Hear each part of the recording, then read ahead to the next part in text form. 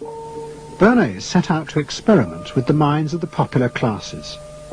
His most dramatic experiment was to persuade women to smoke. At that time there was a taboo against women smoking, and one of his early clients, George Hill, the president of the American Tobacco Corporation, asked Bernays to find a way of breaking it. He said, we're losing half of our market because men have invoked a taboo against women smoking in public. Can you do anything about that? I said, let me think about it. And then I said, have I your permission to see a psychoanalyst to find out what cigarettes mean to women? He said, what'll it cost? So I called up Dr. Brill, A.A. Brill, who was a leading psychoanalyst in New York at that time. How come you didn't call your uncle? Why didn't you call your uncle? Because he was in Vienna. A.A. Brill was one of the first psychoanalysts in America, and for a large fee he told Bernays that cigarettes were a symbol of the penis and of male sexual power. He told Bernays that if he could find a way to connect cigarettes with the idea of challenging male power, then women would smoke, because then they would have their own penises.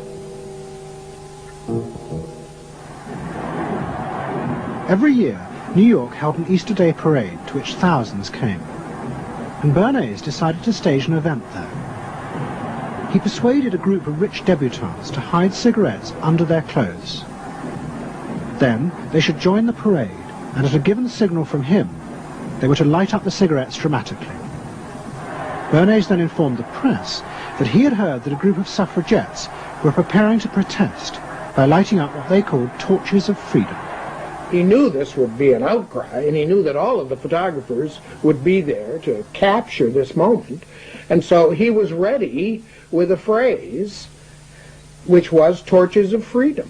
And so here you have a symbol, women, young women, debutantes, smoking a cigarette in public with a phrase that means anybody who believes in this kind of equality pretty much has to support them in the ensuing debate about this, because torches of freedom. I mean, what's on all American coins? It's liberty. She's holding up the torch, you see? And so all of this is there together. There's emotion, there's memory, there's a rational phrase, even though it's using a lot of emotional elements. It's a phrase that works in a rational sense. All of this is together. And so the next day, this was not just in all of the New York papers, it was across the United States and around the world. And from that point forward, the sale of cigarettes to women began to rise. He had made them socially acceptable with a single symbolic act. What Bernays had created was the idea that if a woman smoked, it made her more powerful and independent, an idea that still persists today. Embrace me, my sweet embrace. It made him realize that it was possible to persuade people to behave irrationally if you link products to their emotional desires and feelings. The idea that smoking actually made women freer was completely irrational, but it made them feel more independent. It meant that irrelevant objects could become powerful emotional symbols of how you wanted to be seen by others. Eddie Bernays saw the way to sell product was not to sell it to your intellect, that you ought to buy an automobile, but that you will feel better about it if you have this automobile. I think he originated that idea, that they weren't just purchasing something, but they were engaging themselves emotionally or personally in the product or service. That it's not, you think you need a new piece of clothing, but you'll feel better with the piece of clothing. That was his contribution in a very real sense. We see it all over the place today, but I think he originated the idea of the emotional connect to a product or service. What Bernays was doing fascinated America's corporations. They had come out of the war rich and powerful, but they had a growing worry. The system of mass production had flourished during the war, and now millions of goods were pouring off production lines. What they were frightened of was the danger of overproduction, that there would come a point when people had enough goods and would simply stop buying.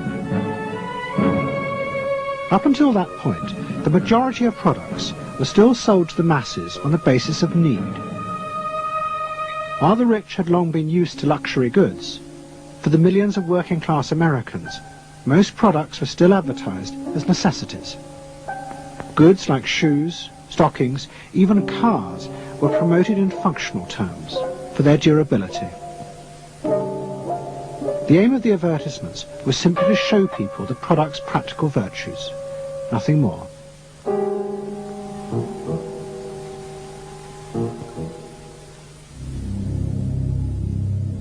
What the corporations realized they had to do was transform the way the majority of Americans thought about products. One leading Wall Street banker, Paul Mazur of Lehman Brothers, was clear about what was necessary. We must shift America, he wrote, from a needs to a desires culture. People must be trained to desire, to want new things even before the old have been entirely consumed. We must shape a new mentality in America. Man's desires must overshadow his needs. Prior to that time, there was no American consumer. There was the American worker, and there was the American owner, and they manufactured and they saved and they ate what they had to, and the people shopped for what they needed. And while the very rich may have bought things they didn't need, most people did not. And Mazur envisioned a break with that, where you would have things that you didn't actually need, but you wanted, as opposed to needed.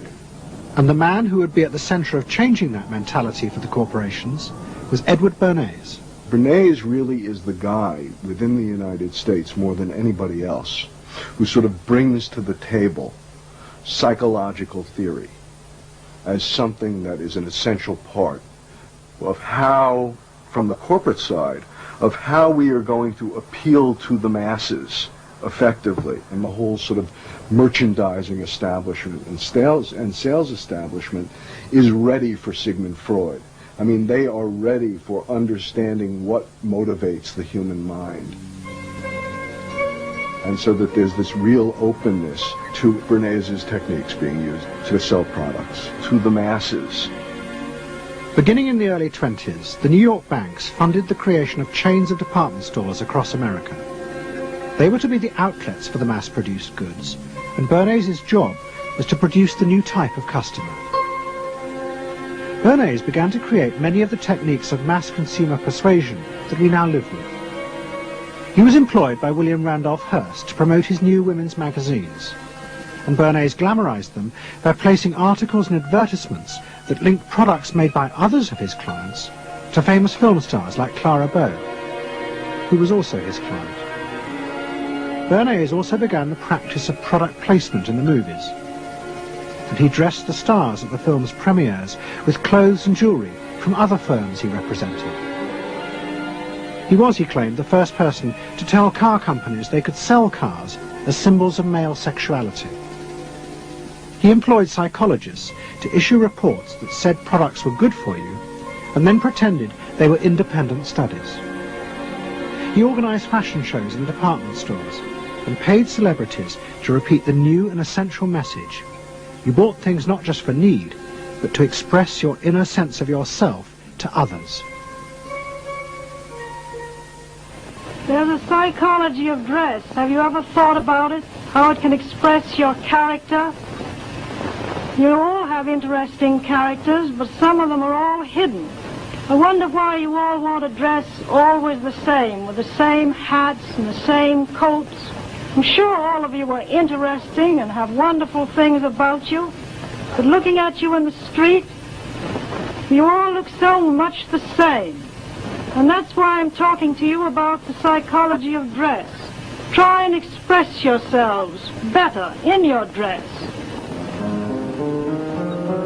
Bring out certain things that you think are hidden. I wonder if you've thought of this angle of your personality. I'd like to ask you some questions. Why do you like short skirts? Oh, because there's more to see. More to see, eh? What good does that do you? It makes you more attractive. No?